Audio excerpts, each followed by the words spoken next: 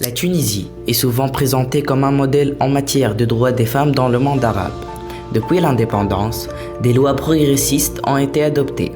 Mais ces avancées juridiques se traduisent-elles réellement dans la vie quotidienne? Honnêtement, sur le papier, la loi tunisienne garantit l'égalité des sexes. Mais dans la réalité, ce n'est pas toujours appliqué. Pourquoi cet écart? Il y a encore des inégalités? Bien sûr. Par exemple, la loi de 2017 contre les violences faites aux femmes existe. Mais ça n'empêche pas que les femmes subissent encore des violences, sans oser porter plainte.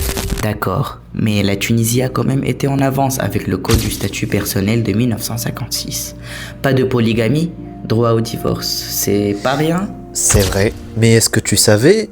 Dans les faits, beaucoup de femmes hésitent à demander le divorce, de peur d'être jugées ou de perdre leur indépendance financière. Donc, ce n'est pas juste une question de loi, mais aussi de mentalité? Exactement. Les lois changent plus vite que les mentalités.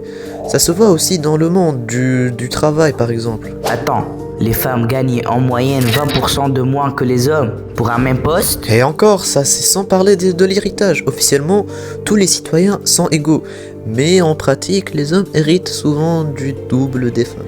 Donc, ce qu'il faut, c'est d'aller au-delà des lois et agir directement sur les mentalités? Exactement. Sensibilisation, éducation, changement des comportements. Il faut que l'égalité homme-femme devienne une évidence pour tout le monde. Et pas juste un texte de loi. Et vous, pensez-vous que l'égalité homme-femme en Tunisie est un objectif atteignable?